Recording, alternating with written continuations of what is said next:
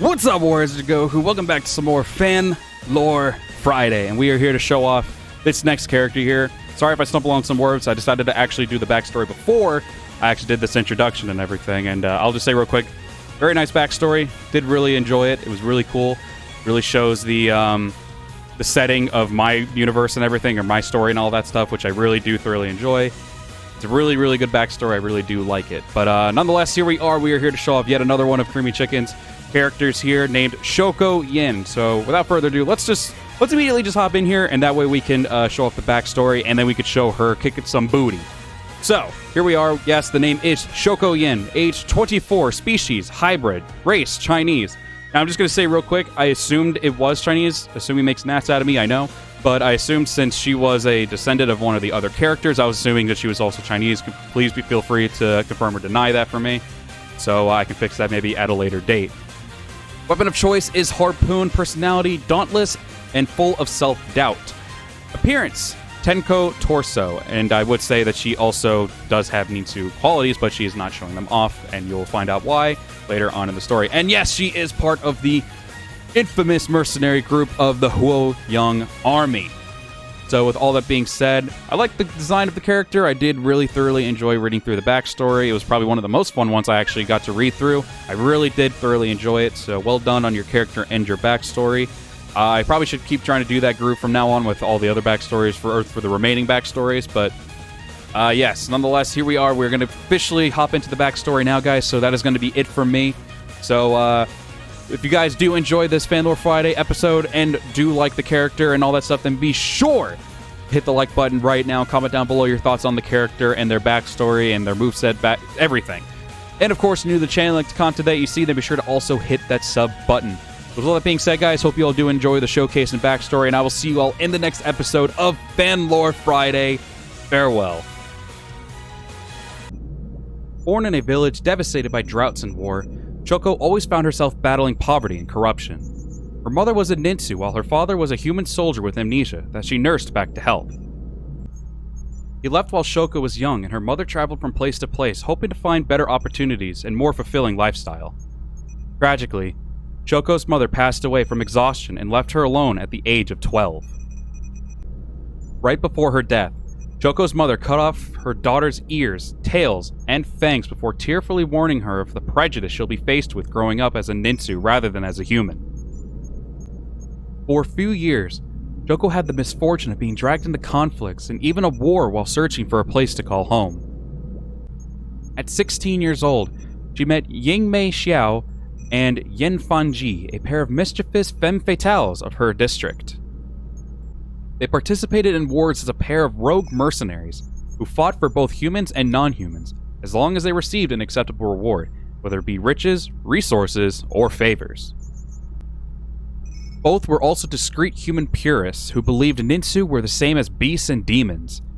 Having nowhere else to go, she accepted an offer to join them after discovering they shared the same father. From then on, the Yin twins became the Yin Three, and Shoko received their last name Yin. Shoko Yin became known as the youngest yet strongest of the Yin Three. A few years from then, the Yin Three were employed by Empress Kuno Juwang. By then, Shoko had grown and needed to use various accessories and her hair to hide her ninsu features. When Empress Kuno traveled abroad with the Shiwang army in the Civil War, the Yin Three followed and participated in the conflict on the front lines. During Bian Yin Hua's uprising in the Kage territory, the Yin Three were dispatched to support the Shiwang army sent to secure the castle. Shoko fought against Yin Hua's grandson, Lei Qin, and was captured after being lured out away from her allies. While a prisoner, she met with Bian Yin Hua. Yin Hua patted her on the head and took notice of her self-mutilation. He asked why she would go so far to conform to others' standards, but Shoko didn't answer and was surprised to have her restraints cut loose afterwards. He was then told the Shiwang were allies and ordered by Yin Hua to save their forces trapped by the Kage. Although they were successful in repelling them, Shoko's sisters defected to the enemy during the initial ambush. She was ready to catch up with her sisters, but was stopped by Bian Yin Hua and alerted her that Shoko was one of her descendants. Yin Hua then reassured her that by staying there, she'd find a better path. Not wanting to hide her true self any longer, Shoko gave up on the Yin Three and decided to follow Yin Hua instead. Yin Hua, however, wanted to test her first and forced her to begin training under one other of her descendants, Yan Yan. All the while, she constantly thought of the spearmen she fought alongside after meeting Yin Hua.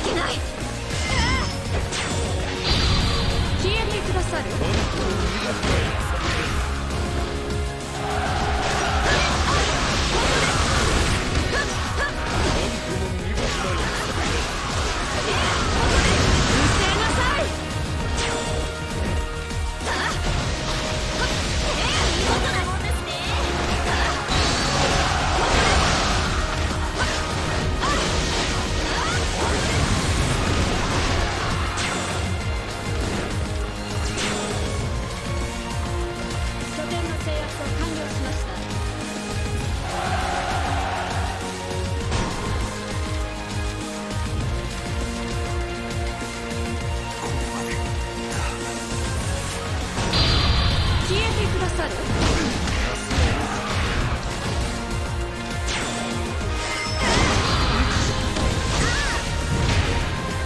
いけない。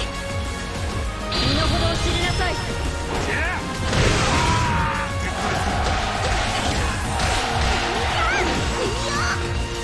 こです。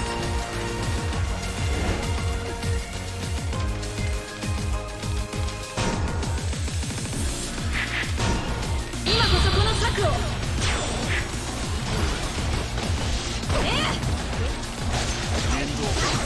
いけない。